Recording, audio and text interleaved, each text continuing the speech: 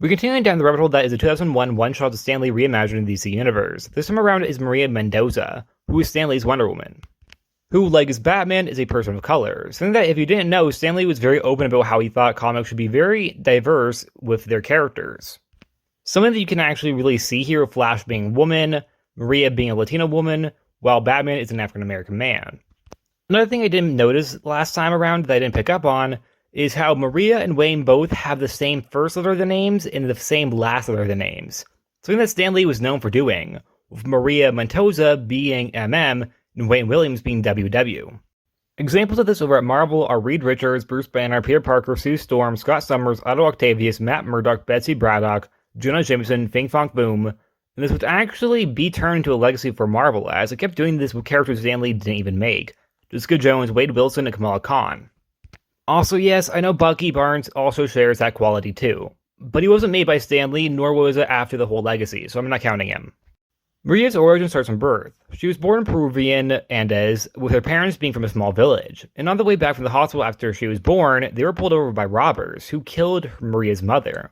Afterwards, the police would get involved, but it would actually turn out that the police were working with the robbers, and would actually steal their car. Afterwards, Maria's father found this out and refused to be a victim ever again, becoming a dark protector of the village. Maria grew up in this village becoming an idealist to people, and unlike her father, she was actually from more compassionate people of the village, but grew angry at the rich in the area who thought they could walk all over people. Especially the crime boss, Armando Gutierrez, who also owned a company called Gutierrez Industries that even crossed over to America. Gutierrez was hell-bent on finding ruins of a quote-unquote great evil, so to be locked away somewhere. Gutierrez had buy cops, and even used them to beat Maria's father to death. She herself, of course, wants revenge.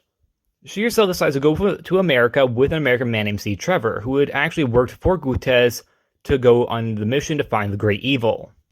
But they never make it to America. Instead, they get in some kerfuffle with Gutierrez, who would actually shoot Steve Trevor, who was also holding an artifact, which would break, creating a spirit which would possess Gutierrez, making him turn into a monster.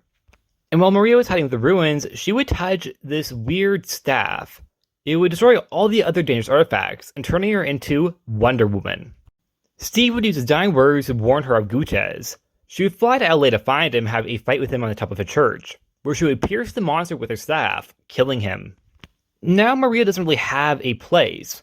Her father is dead, her mother is dead, even Steve is dead. And now that Gutierrez is dead, there's no corruption from where she comes from. So she decides to actually create a regular life in LA as a secretary, which is most like a reference to how in the Golden Age of comics, Wonder Woman herself was a secretary. That's the JSA, because why have her out in the field when she actually has godlike powers, when, you could just have her write notes and bring you coffee, because that's what godlike abilities are for. Coffee. Sorry, I'm salty. I really dislike that whole plot where they made Wonder Woman their secretary. Now, Maria, like William, would join Stan Lee's JLA, along with reappearing in multiple cameos and multiverse stories, where it was said this whole world is Earth 6. And while she did make cameos, she would actually meet her end in Convergence issue 2 from 2015, as did William. However, it was in a way where it makes you think they did die, but it's like off-panel the moment they actually died. It's like one of those things. It can be like, ooh, they died, but like they already wrote their way out of it if they ever want to bring them back, which they did. She, like the rest of Just Imagine Universe, would return in 2023's Tales from Earth 6, where she would get a promotion where she's now the editor of National Exposure, where she was once just a secretary. It's a nice touch to her original story, even if her whole role in this issue is strangely small because she's part of the Trinity, yet she's not really the focus. Instead, it's Stan Lee's Flash and Batman who seem to be the focus. But it was nice to see her again, regardless. I personally think Maria's story is actually pretty interesting. It also reminds me a lot of the recent Yara Flor character, with some key differences, of course. I like how they had the guts to kill off almost all of her supporting cast. That was, in my opinion, a bit of a ballsy move, because if something actually came out of this, she would need to just have a completely new set of characters with her. But unfortunately, nothing ever did. Her story seems to have shades of Black Panther, Spider-Man, and Thor. Or I at least thought she did. And that's it. Like always, please like, subscribe, and I'll see you guys next time. Bye.